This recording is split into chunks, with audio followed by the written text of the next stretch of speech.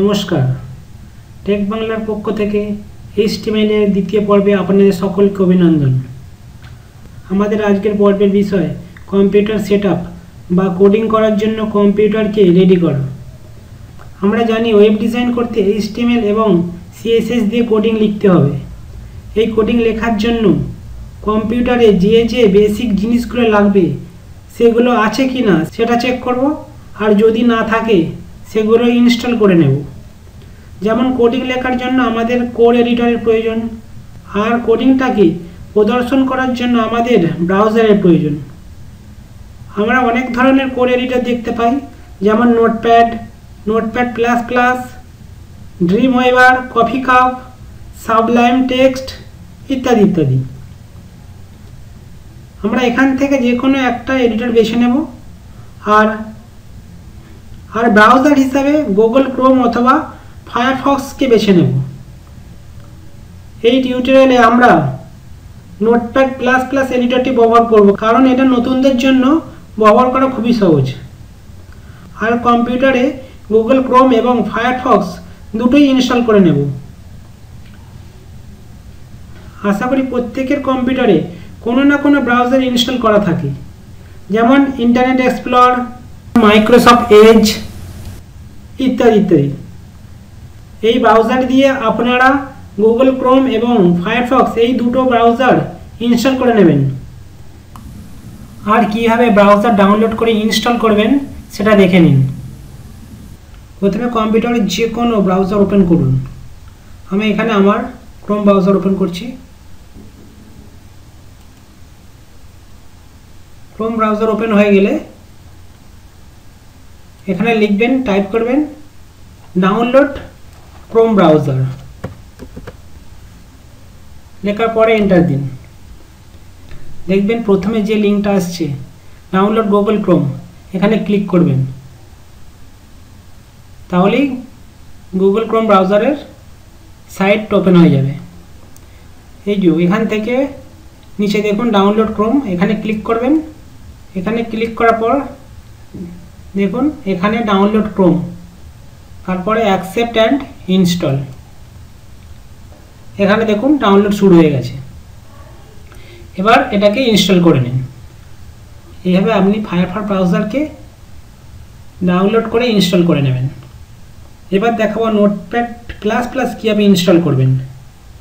আগের মতো করে আপনার যে কোনো ব্রাউজার ওপেন করুন। এবার টাইপ করুন নোটপ্যাড প্লাস প্লাস। দেখবেন এখানে আপনার লিঙ্কটা চলে এসছে। প্রথম লিঙ্কে ক্লিক করবেন, দেখবেন নোটপ্যাড প্লাস প্লাসের ওয়েবসাইট খুলে যাবে। এই যে উপরে লেখা আছে ডাউনলোড নোটপ্যাড ভার্সন 8.62, এটা লেটেস্ট ভার্সন। এখানে ক্লিক করবেন। ক্লিক করার পর দেখবেন এখানে এই যে ডাউনলোড বাটন আছে, এখানে ক্লিক করবেন। দেখুন এখানে আমার ডাউনলোড শুরু হয়ে গেছে। এই ডাউনলোডের ওপরে আপনি ক্লিক করবেন, এখানে ইয়েস করবেন, এখানে ওকে করে দেবেন। নেক্সট করবেন, আই এগ্রি করবেন, নেক্সট করবেন, নেক্সট, ইনস্টল। আপনার নোটপ্যাড প্লাস প্লাস ইনস্টল হয়ে গেছে কম্পিউটারে। ফিনিশ। ওকে, এবার আপনাদের যা করতে হবে সেটা হচ্ছে ফাইলের এক্সটেনশনটাকে শো করাতে হবে। এটা নর্মালি এটা হাইড হয়ে থাকে। এক্সটেনশনটা আসলে কি এটা জেনে নেওয়া যাক। যদি কোনো ফাইলের শেষে MP4 থাকে তাহলে আমরা বুঝে যাই এটা হচ্ছে একটা ভিডিও ফাইল। আর যদি কোনো ফাইলের শেষে JPG থাকে তাহলে জানবো এটা একটা ফটো। ফাইলের শেষে যে ডট দিয়ে যেটা থাকে, .mp3, .mp4, .jpg, আরও অনেক কিছু আছে ডট দিয়ে। এই ডটের পরে যে জিনিসটা থাকে ওটাকে এক্সটেনশন বলে। দেখুন আমার এখানে একটা ফাইল আছে, এগুলো গান কি ভিডিও সেটা আমি বুঝতে পারছি না, কারণ এর পিছনে কোনো এক্সটেনশন নেই, ডট দিয়ে কিছু নেই। সেই জন্য আমি বুঝতে পারছি না এটা MP3 কি MP4 কি এটা কোনো ছবি। সেই জন্য আমাদের যেটা করতে হবে আগে এক্সটেনশনটাকে শো করাতে হবে।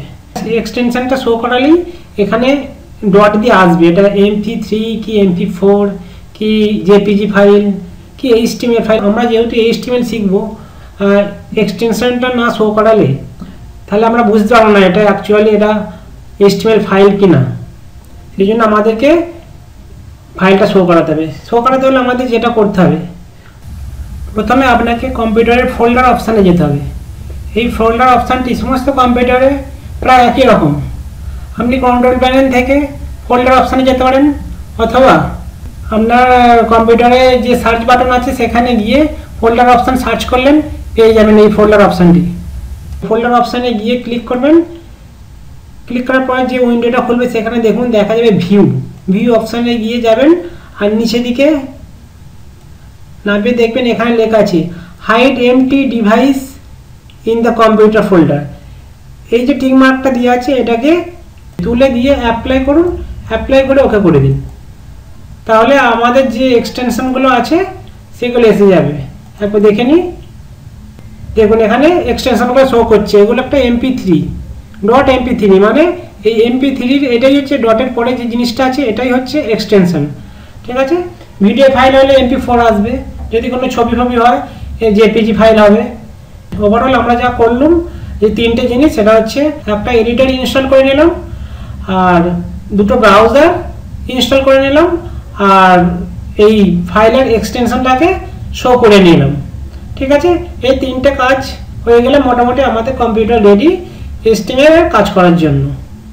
ঠিক আছে, আজকে এই পর্যন্তই। আগামী পর্বের জন্য আপনাদের সকলকে আমন্ত্রণ রইল। ধন্যবাদ।